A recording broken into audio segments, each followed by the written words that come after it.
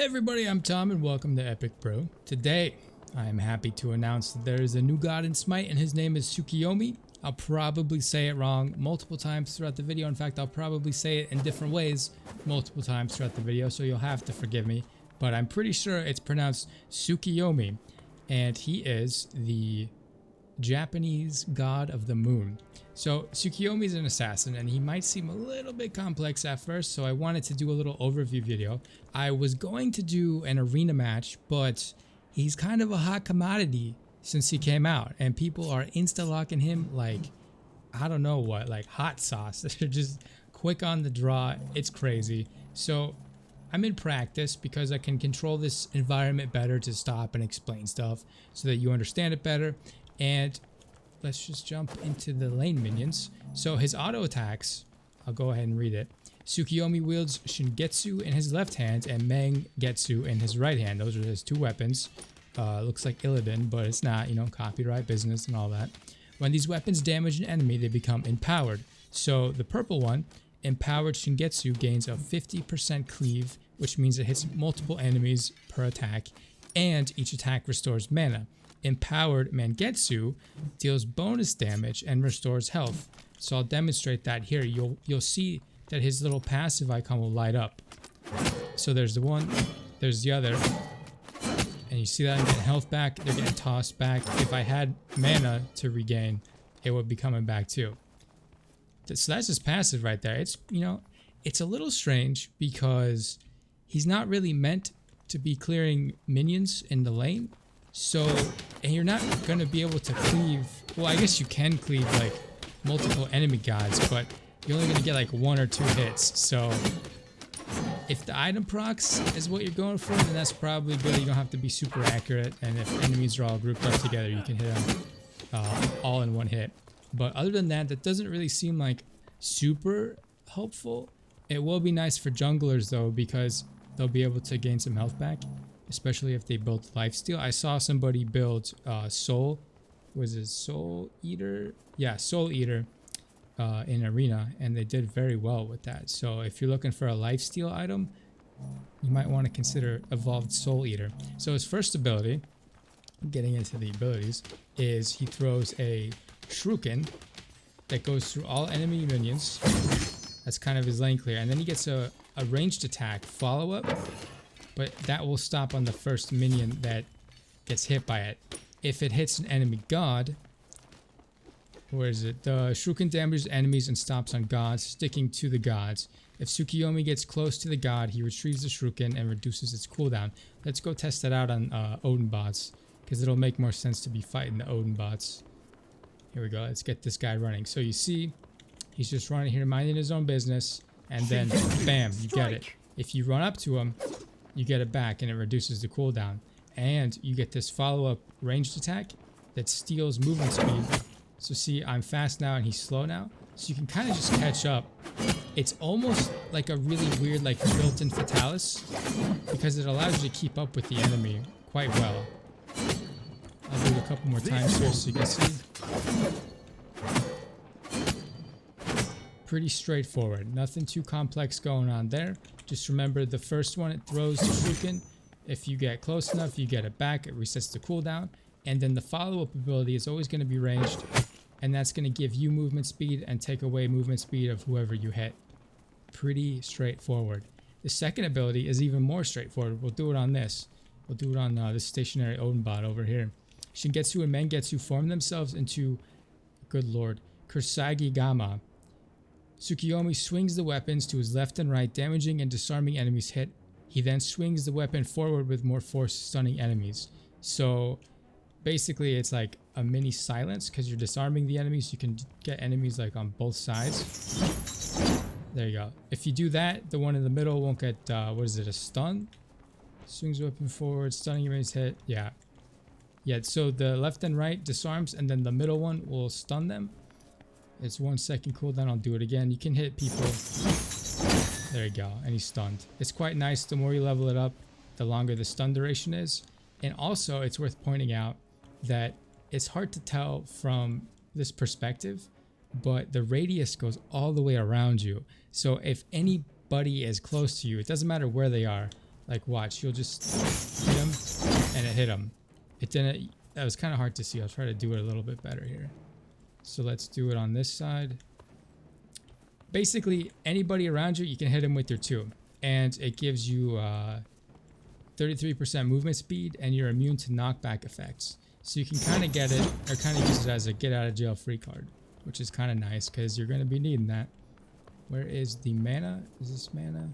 Let's just go to level 20 here. Max everything out, because why not? I'll just buy beads, because if that doesn't stop blinking, it's going to drive me nuts. His third ability throws a bunch of caltrops. I think that's how you pronounce it, right? Yeah, throws caltrops on the ground. Of course, enemies in it are slowed and take damage over time. That's pretty cool. But then it also modifies your next basic attack to be ranged, and it does true damage. So keep that in mind. This is another pretty straightforward. Tsukuyomi, he seems like a complex character, but really his abilities are quite straightforward. There's you're going to want to use them in combination with one another, but you know, they do what they do. It's pretty straightforward. There's nothing really crazy about this. You can, I found, combine this. Here, I'll do it here. So you get the true damage, but if you switch to your 1 ability, you can throw the shuriken, hit the ranged, and then you still have it. So if somebody's getting away, you can throw the caltrops down to try to slow them, and then hit them with literally 3 ranged attacks back to back and probably catch up to them. So we'll do it just so you see what that's like. He's gonna try to run away, not today. I blew it, but you get it. There you go. So you can hit him with 3 attacks, and then the last one will probably slow him down, allowing you to catch up. But say they're gonna get away. His ultimate is crazy. This is absolutely crazy. To show you how crazy this is, I'm gonna line it up here. So basically, this line that you see is gonna fire, was it 4 times? Yeah, he fires forward 4. Wow, fires forward 4. That's a tongue twister. He fires forward 4 powerful piercing beams of moonlight. Enemies hit take damage and become marked. Each beam can hit up to 3 enemy gods. After firing all beams, Tsukuyomi charges forward at light speed, dashing through all enemies in order they were hit, dealing heavy damage. Tsukuyomi will end his dashing at the final enemy hit. So you can do it with 1, and then you'll just dash and kind of, it's like a super hyper nemesis dash, if you're familiar with nemesis. And you'll just go to each god that you hit and kind of slap them a bit before going back. So this is a crazy example that probably won't happen too much, but you know, for the heck of it, here we go.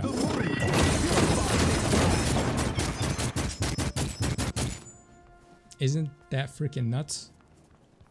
That is crazy. So you can do that, and keep in mind that that is going to proc items that deal damage, like percent damage based on like the first hit. So you could build like, say, Crusher, Heartseeker, Hydra's Lament, and I like to use, I'm going to say it wrong, Arondite? I always call it Arendelle because I'm a Disney nerd, but it's Arondite. And that gives you vision for enemies hit. And it's got some, I think you can, yeah, let's just pull it up here because I got this Arondite. Here it is, right here. When your ultimate ability has finished casting, reveal all enemy gods within 120 units for 8 seconds. While moving toward revealed enemies, gain 30% movement speed. When first striking a revealed target, they take an additional 40 plus 30% of your physical power. So basically, it's really good for Tsukuyomi. I have kind of a build. Now, I'm no Smite theory crafter, build expert, so, you know, take it into consideration. Go easy on me in the comments. But let's just show you how I've been building him. I've only gotten to play him like 3 or 4 times in arena matches. I have to be in this, I think, right? There we go. Okay, so I build Warriors Tabi, and then I go Crusher. I get that going, and then Hydras, and then Heartseeker, and then I do Arondites, there we go. And then the last item, situational, if they have a healer, I could get Brawlers, which enemies hit by abilities have 40% reduced healing. So that's good if they have a healer. If their healer is prominent, you might want to buy that early on, like maybe second item, just to kind of help your team out a bit. Maximum 3% of target maximum as physical damage. Yeah, and you could probably build, I mean, you could build this in any kind of order, but if they don't have a healer, Jotuns is a good final one. But obviously the last like I'd say 1 or 2 items should be absolutely situational. You sell your boots with the pot. You know how to play Smite. I don't need to explain all that. But yeah, Tsukuyomi, he's cool. He's really cool. I like him a lot. It's kind of tough to be able to play with him because everybody's just insta-locking him. My tips so far, the first one was you can hit enemies behind you with his second ability. You can see the radius goes all the way around and you'll silence them. Yeah, see, he took damage even though he was directly behind me. So that's, something to keep in mind. Yeah, his first ability, you can combine it with the caltrops to kind of get some range damage. It's all quite nice. It's all quite nice. I wish, maybe in the coming days I'll have an arena build to show you, but it's just been pretty tough. Pretty tough to get this guy in an arena match that wasn't immediately toxic from the start. Here, let's just get the heck of it. Boom. Minion camp done. Let's see if I can solo the Gold Fury. Let's see if it's possible. Hit it with ult. Okay, so it doesn't work. That was a lot easier than I thought. You don't teleport. That's something I just learned. Piercing Moonlight doesn't teleport you back and forth on probably enemy minions or just like PvE elements.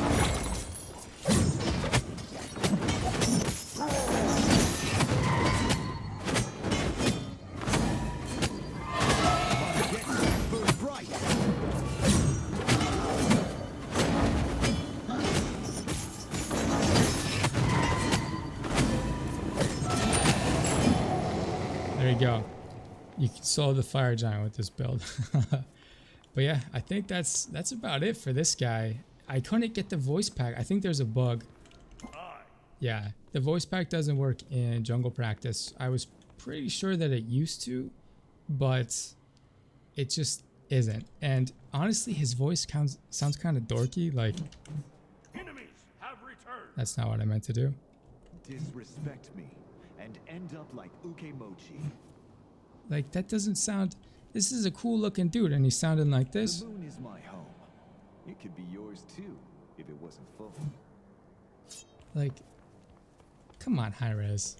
You could have got a better voice actor. It just sounds like a dude in like just like a white dude in an office environment at the middle of a meeting. Shingetsu and Mangetsu represent all aspects of the moon, empowered by my might to exact my justice. Too edgy, you say? How else are they supposed to cut? It's so boring. It's such a boring voice pack. That's probably my one main. Look at this sweet jump though. Isn't that a cool jump? I love it. But the voice pack, not so much.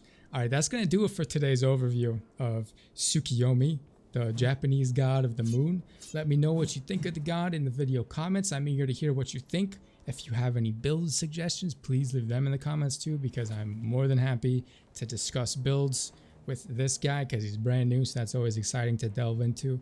But that's gonna do it for today's video. If you like the video, please be sure to subscribe to catch more Smite videos all throughout the week. Thank you so much for watching, and I'll catch you next time.